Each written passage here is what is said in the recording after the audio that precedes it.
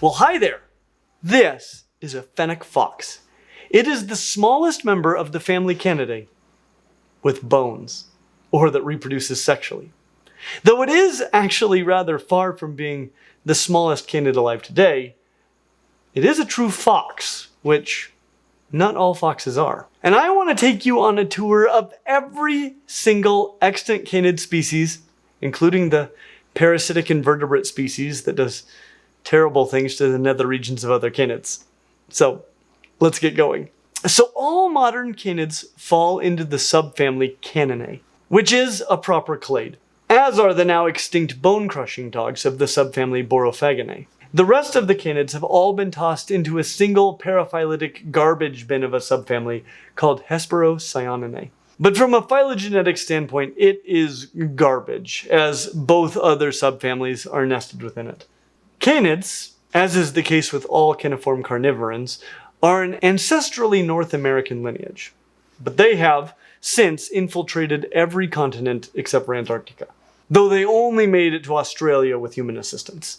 We already have a video about all of the caniform carnivorans if you want to know more about them, and a feature-length documentary on all of the mammals coming out next month if you want more detail about where they fit in with the rest of the mammalia. The subfamily Caninae first appeared in North America about 35 million years ago, only leaving within the last 7 to 8 million years. And let's start with the two species of foxes that are only foxes if literally all extant canids are foxes.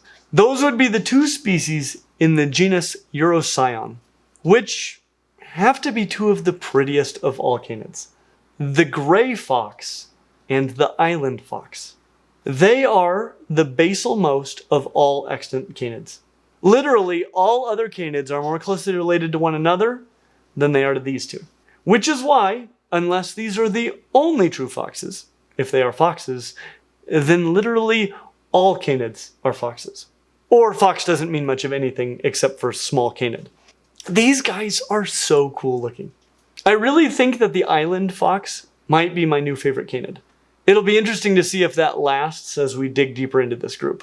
If you've seen one of these two species before, it was probably the gray fox, Urocyon cineroargenteus. These guys are found in most of North America south of the southernmost parts of Canada, in Central America, and northern South America. It is the only canid found in both North and South America. They're a pretty small canid, generally coming in between 3.6 and 7 kilos, or 7.9 to 15.4 pounds when fully grown. But they're particularly well suited to tree climbing, which allows them to thrive in wooded areas even when larger canids are present there.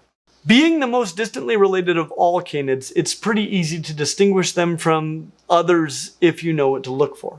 They tend to have a white belly and a salt and pepper back with hints of red in between, especially on their conspicuously thick necks. They have a black stripe down the tail, ending in a black tip to the tail. They also tend to have black on the sides of the muzzle. That salt and pepper back and stripe on the tail are the biggest and most conspicuous indicators that this is what you have. Though if you're in the Channel Islands off the coast of California and you see what looks like a tiny gray fox running around, you might have found my current favorite canid, and the closest relative of the gray fox, the island fox, Urocyon littoralis. And these guys are little, like 1 to 2.8 kilos little. That's 2.2 to 6.2 pounds. Little. The smallest sexually reproducing canid in North America, because of insular dwarfism, which we discussed in great detail just a couple of months ago in this video, which is the most viral video we've ever released. Yet it still has a better than 99 to 1 like to dislike ratio.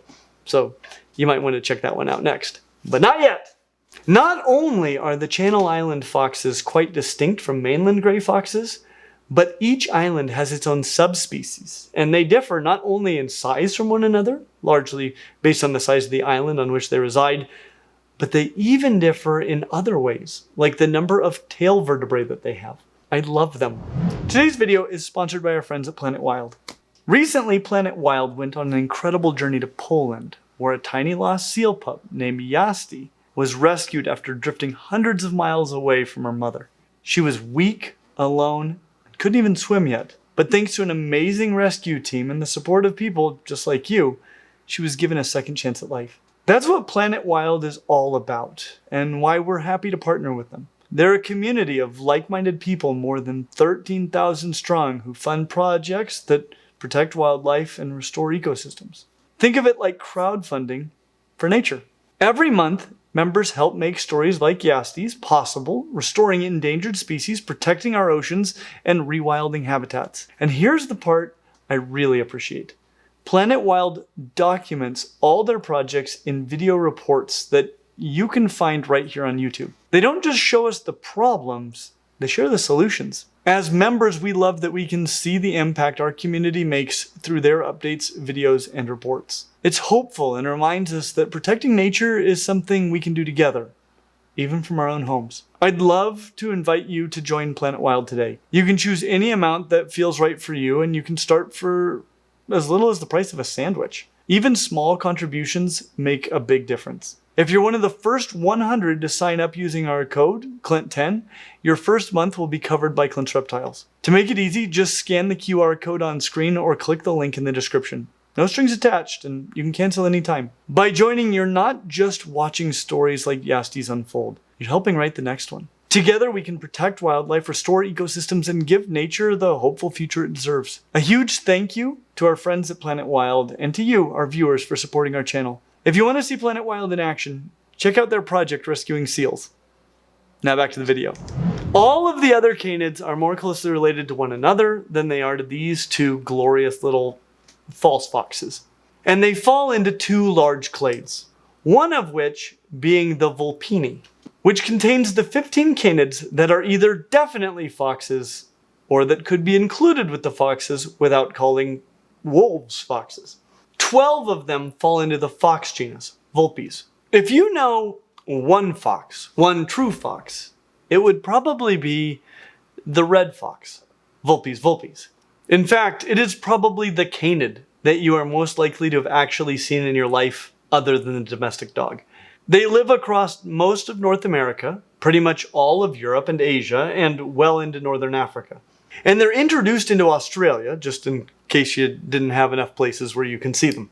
This is a species that actually originated in Eurasia and made its way back to the birthplace of its ancestors in North America, as well as most of the rest of the Northern Hemisphere. They're doing well. Having such a large range, they can vary quite a bit in appearance. They range in size from 2.2 to 14 kilos, about 5 to 31 pounds. That's a pretty big range. But most are red with long fluffy tails and long snouts, often having some white on their chest, belly, and muzzle. Having 11 other members of their genus, I'll just go through them in alphabetical order by species name. So this is the Bengal fox, Vulpes bengalensis, also called the Indian fox. It is found, rather unshockingly, in and around India. And you would never confuse it for a red fox. Honestly, it looks more like a gray fox. But this one actually is a fox. It has a similar kind of salt and pepper dorsal with a more rufous underneath, and with a black tail tip and dark sides to the muzzle. It doesn't have the red collar or the black stripe on the tail of the gray fox, and it lives far from the range of the gray fox, but it is a similar look. It makes me wonder if this is the ancestral coloration of the whole subfamily. And they're small, actually a little bit smaller than gray foxes on average, generally somewhere between 2.3 and a touch over 4 kilos, or about 5 to 9 pounds.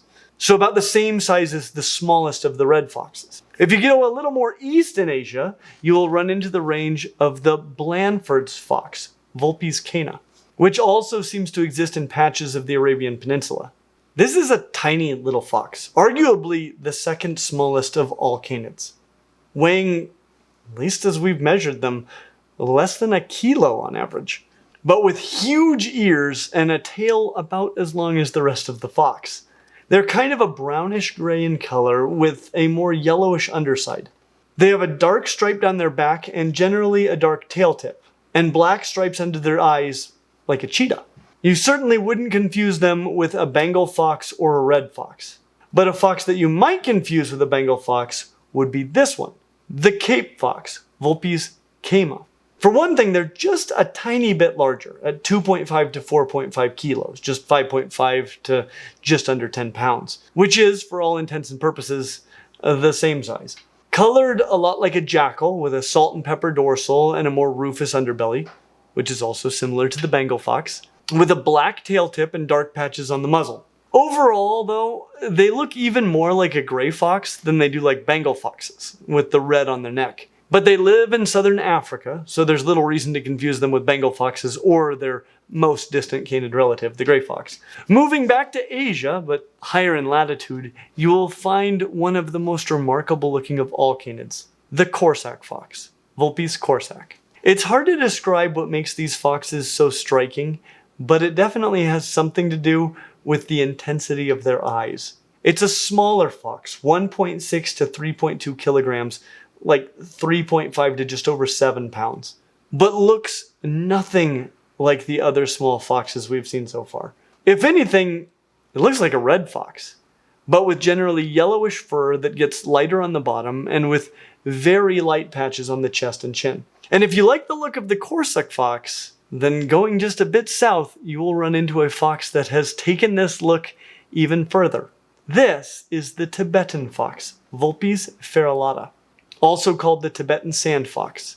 This is the most carnivorous of all foxes, which tend to be more omnivorous, specializing on high altitude rodents and lagomorphs. But they're still not that large, 4 to 5.5 kilos, just under 9 to just over 12 pounds. They're mostly gray, tan, and rufous in color. Nothing really too special about their coloring, but that base is one of the most unique of any canid. If there's one fox that's likely to be on your list of favorite canids, it's probably this one, the Arctic fox, Vulpes legopus. Found on land all over the Arctic, this has to be one of the most special animals on the planet. If you don't love them, you're either a lemming or you hate animals, though they only look like this in the winter. In the summer, they look more like this. And about 1% of them have a dominant allele that prevents them from turning white in the winter. So if you see a dark, fluffy fox in the Arctic in the winter with short ears and a short muzzle, well, it's still probably an Arctic fox. Just the rare blue morph. And again, that morph is dominant. People often assume that dominant alleles should be more common. But the truth is that just because they're expressed fully in a heterozygote, that doesn't mean that they will be more common. In fact, it's easier to purge a dominant allele from a population than a recessive allele, as it cannot hide. Selection is always acting on dominant alleles. Selection can only act on recessive alleles in homozygous individuals. I should probably make a whole video about this sooner or later. The reality is that I should probably make a whole video about just Arctic foxes, and that would be as good a time as any to discuss this in more detail. But we have a lot of canids still to cover. So I'll just talk a little bit more about Arctic foxes. Arctic foxes are pretty variable in size, between 1.4 and 9.4 kilos, or just over 3 to nearly 21 pounds, with males, as is often the case with foxes, being larger than females. Man, I'm really excited to make a whole video about these. But if what you really want is a true fox that you could mix up with the most distant canid relative of all foxes, then the kit fox, Vulpes macrotus, is probably your fox. For starters, it looks like a gray fox. They have the salt and pepper back, white belly, and the red in between, even up on the neck. They have the black on the muzzle, the black tail tip, and they're found within the range of the gray fox. They both have big ears in southwestern North America, though they're more similar in size to island foxes at between 1.6 and 2.7 kilos, 3.5 to like 6 pounds. But they don't have the black stripe down the tail. So that is probably the best way to tell them apart from gray or island foxes, which again, are not foxes, because not all foxes are foxes. But kit foxes are foxes, as is this, the pale fox, Vulpes pallida of Central Africa, which is a fox that you are unlikely to have ever seen and that you are unlikely to mix up with any of the other foxes or things called foxes that we've discussed so far. This is like a weasel of a fox, short in stature but long in body, sandy in coloration with a white belly, a black tipped tail, and striking dark eyes. They blend in quite well in their desert habitat, and do have the large ears typical of desert foxes, other than Rommel, who had rather small ears for a human. Interesting shape to them though. Pale foxes are one of the least studied of foxes, mostly because they live at the edge of the Sahara Desert, where not too many researchers want to spend time looking for rad little foxes. But if you're ever at the edge of the African desert and you see a fox that fits this description between 2 and 3.6 kilos, or 4.4 to about 8 pounds, running around, you'll be on a short list of people who have ever seen one in the wild. If you're ever farther north than Africa or in the Middle East and you see a fox kind of similar to this description, it's likely a Reptiles fox, Vulpes rupellii, though these seem to be more closely related to red foxes. In fact, there is some evidence that they're just a desert variety of red fox. But they're little, averaging just 1.7 kilos, about 3.7 pounds, with the big ears and sandy-colored coat that you would expect of a canid desert fox. They have much more variation in color on their face than do pale foxes, with reds and blacks. And their eyes are not the black color that you see in pale foxes. They seem to generally have a white-tipped tail, not black. And being from an even more extreme part of the desert, their ears are larger still than those of pale foxes. Large ears play an important role in thermoregulation, so the hotter the area, likely the larger the ears. There is another fox that can be mistaken for a Reptiles fox, but we'll have to wait a couple of foxes before we get to them. But it is the smallest of all non-parasitic canids, plus it looks like a baby Reptiles fox, so you'll know it when we get to it. But first, let's go back to North America, specifically to the center of North America, and discuss this, the swift fox, Vulpes velix. It is the closest relative of the kit fox that we discussed earlier. And some biologists consider them to be the same species, but that seems to be a minority opinion. Unsurprisingly, they have a very similar coloration to kit foxes, with kind of a washed out gray fox coloration minus the tail stripe. From about 2.3 to 3.2 kilos, or 5 to 7 pounds, so just a touch larger than a kit fox. The best way to tell them apart is probably by knowing which side of the Rocky Mountains you're on.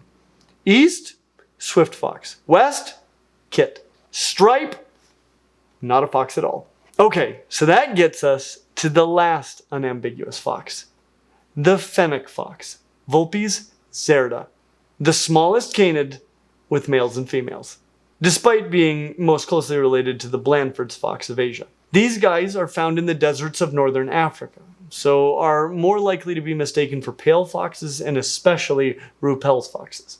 As you would expect, being a canid desert fox, they have a sandy coloration and big ears. They have, in fact, the biggest ears for their body size of any canid, which really doesn't mean that they have huge ears. It has more to do with the fact that they have tiny bodies. They only weigh about a kilo at most, about 2.2 pounds, which is a good-sized bunch of grapes, but it's a pretty dang small canid. They have much smaller muzzles, even for their size, than their two larger doppelgangers, and generally cream-colored faces with reddish cheetah eye stripes, which is very different from pale foxes. Their black tail tip will set them apart clearly from the Reptiles fox. I want to just tell you guys about something really cool, and that is Patreon extras. Every week, we have an extra video for our Stinkin' Rad fans at Patreon, and we usually talk about some really cool subjects. A lot of them are very much tied to the content of this video. Some of them are about other things that are on our minds. It's really fun. It's much more freeform. They're awesome. Those of you that already follow us on Patreon, feel free to comment how you enjoy seeing them. But if you'd like to see these videos or just support us making content like this, please consider checking it out. And so that gets us through all of the things that are unambiguously foxes, but not everything that justifiably could be considered foxes, at least without making every canid a fox or making fox a phylogenetically irrelevant term. And one of the things that could be considered foxes are called foxes. But the problem is that the closest relatives of the unambiguous foxes of the genus Vulpes are these. The two species of raccoon dogs of the genus Nycterudes, which are not raccoons, nor are they dogs per se, but they are canids. And if anything but Vulpes are foxes, then they have to be foxes. But I have never heard anyone anywhere call them foxes. Originating in China about 5.5 million years ago, it was one of the first canid groups outside of North America, and was at one time a fairly diverse clade, though only 2 species seem to have existed in the last many thousands of years. Those species being the common raccoon dog, Nycterudes procyanoides, and the Japanese raccoon dog, Nycterudes viverrinus.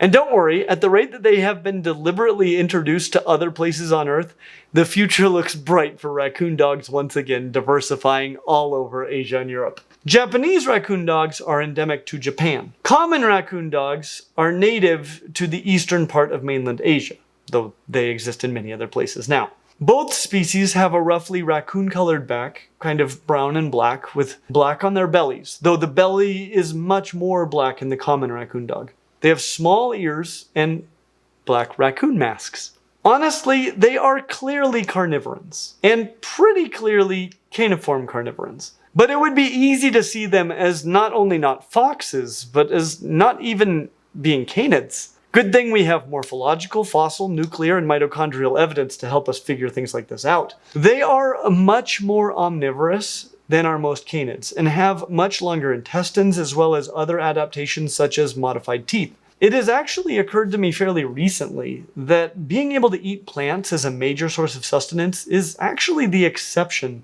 not the rule. Basically everything can eat other animals, but eating plants is hard. Lineages that excel at it tend to thrive, as plants are easy to catch, but it's hard to get much out of them, so most lineages don't seem to pull it off. Well, these guys are well on their way. Common raccoon dogs range in size from 3 kilos, about 6.6 pounds, to as much as 10 kilos, 22 pounds. And it seems to have more to do with time of year than variation between individuals or sexes. Japanese raccoon dogs, also known as tanuki, are somewhat smaller, though that too probably depends on the time of year. But if you're in Japan and you see a raccoon dog, it's almost certainly a tanuki. Anywhere else, like in much of Europe, it's probably a common raccoon dog, which is definitely a canid. But is it a fox? Well, this is the bat-eared fox, Autoscion megalotus, the only member of the genus Autoscion, and the closest relative to the unambiguous foxes, except for the raccoon dogs. Found in South and Eastern Africa, honestly, they have a somewhat raccoon dog-like coloration, but a very un-raccoon dog shape. They are tall, lightly built, with long legs, short faces, and giant ears. And it too has a unique diet, almost purely insects, which further plays into its similarity to bats. Though to my knowledge, the ears are still for thermoregulation and not for echolocation. They weigh between 3 and 5.3 kilos, 6.6 to about 11.7 pounds. And while they don't look like other non-desert foxes, they do look reasonably like foxes that eat like bats. But are they foxes? Obviously, if red foxes and gray foxes are foxes, then they're foxes. But if fox refers to a monophyletic group, even if that group doesn't include things like wolves, bush dogs, and bulldogs, well, raccoon dogs would still have to be foxes. So are raccoon dogs foxes? Because if they're not, then a whole lot of other foxes aren't going to be foxes either. Because we aren't even halfway through the canids just yet, and we have a lot of foxes left to go. Plus one possible fox that hasn't got any bones. And because I don't want to leave you hanging too long on that one, we'll finish up the canids next month. So is everything we've discussed so far a fox? If not, what isn't? As always, like and subscribe, and we hope to see you real soon. If there's one fox that's likely to be on your list of favorite canids, it's probably this one.